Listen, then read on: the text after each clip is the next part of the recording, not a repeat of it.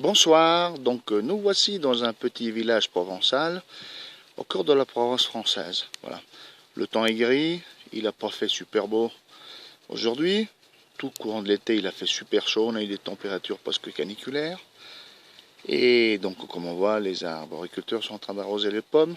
On est déjà au mois de septembre et on est encore actuellement presque à 6 heures, 35 degrés. Voilà. Donc c'était pour vous présenter un arbre qui est presque méconnu en Provence et que personne a idée qu'à côté de soi on a un pistachier térébinthe qui peut produire des pistaches, bien sûr si on le greffe. Voilà. Donc on voit carrément la ville et tout, et puis juste à côté la rue centrale du pays, le transfo, et puis un magnifique pistachier térébinthe qui est tellement gros qu'on a du mal à le prendre en photo. Voilà. Il est juste à côté d'un pommier. Donc on suppose que le pommier avec l'irrigation arrose en même temps le pistachier. Et donc c'est une femelle térébinthe. Et donc on peut s'approcher et regarder. Là, c'est spectaculaire. Le nombre de pistaches. Regardez, regardez. C'est incroyable. Donc c'est un pistachier térébinthe. On voit bien sûr ces maladies caractéristiques, les septosporoses, etc. Et les petites pistaches. Alors, bien sûr, les rouges sont celles qui n'ont pas été fécondées. Et les bleues sont celles qui sont fécondées. Bleu verdâtre. Regardez. Regardez si c'est pas beau la nature. Regardez ça. Incroyable. Au cœur d'une ville. Donc, cette année, il a fait particulièrement chaud. Et donc, les pistaches se sont très très bien développées. Quelque chose d'incroyable. Les gens ne peuvent pas y croire. On est au cœur de la ville. Regardez si c'est pas beau. Les petites pistaches. Incroyable. Hein, on entend la voiture passer derrière. Et donc son environnement. Et donc comme on voit les pommes juste à côté. Il est arrosé. Il fait chaud. Et il n'a plus qu'à se développer. Donc après, à nous de trouver le mâle. Qui ne doit pas être bien loin bien sûr. T'as vu comme elle est fécondée. Allez. Il ne doit pas vraiment être bien loin. Et donc, comme je disais, le transfo, il est là. Et on se déplace un tout petit peu. Il y a une autre magnifique femelle qui est là. Pareil, blindée aussi. De petites pistaches.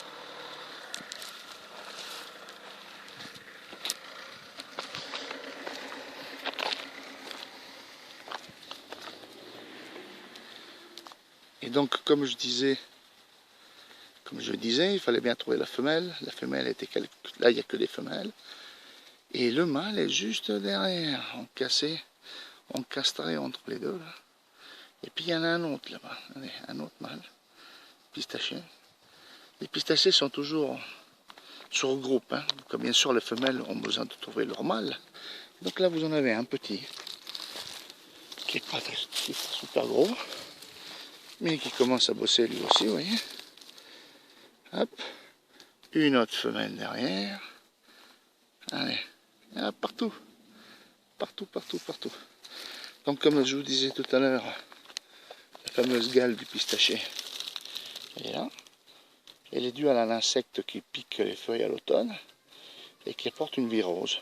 Voilà, tout simplement. Donc on voit bien quand même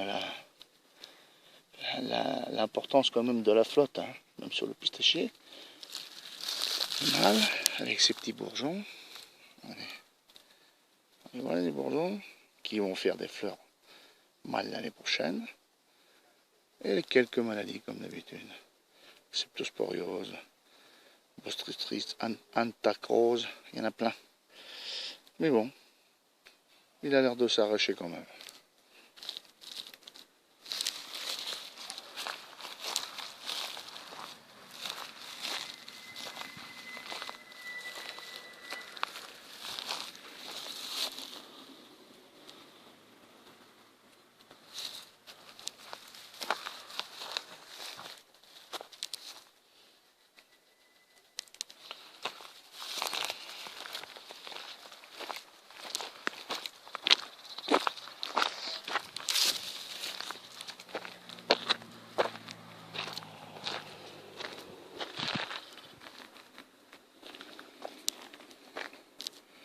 Juste au-dessus, il y a un petit canal de diversion de proches qui doit venir de Manosque.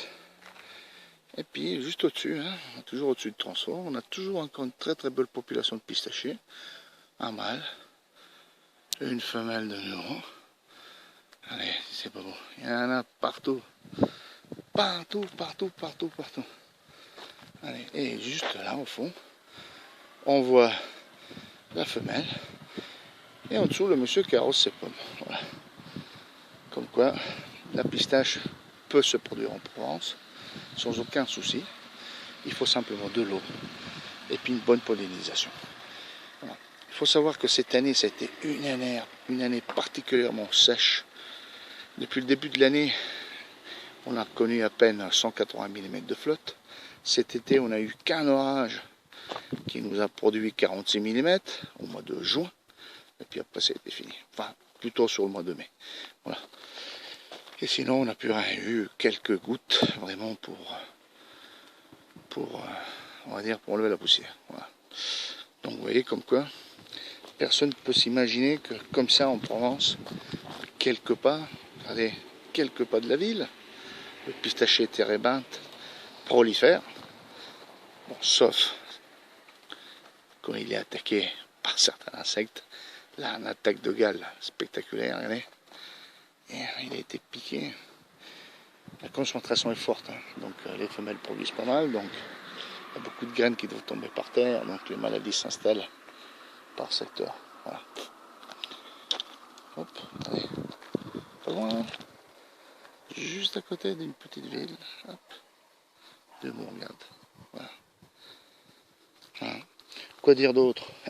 Dire que je pense qu'à l'avenir on va arriver à faire pousser des pistaches en Provence. Les miens cette année se sont très très bien développés. On va avoir une vidéo prochainement que je suis en train de réaliser. Et c'est tout. Voilà. Là vous avez un mâle qui s'installe aussi, jaune. En dessous on a les pommes. Voilà. C'est beau de voir ça. C'est une plante autochtone que tout le monde a oublié. Les gens ils n'ont jamais fait gaffe. Allez, on a de l'eau, de la terre pauvre qui permettrait de produire des pistaches. Et tout le monde l'a oublié, tout le monde l'a mis de côté. Voilà. En tout cas, voilà.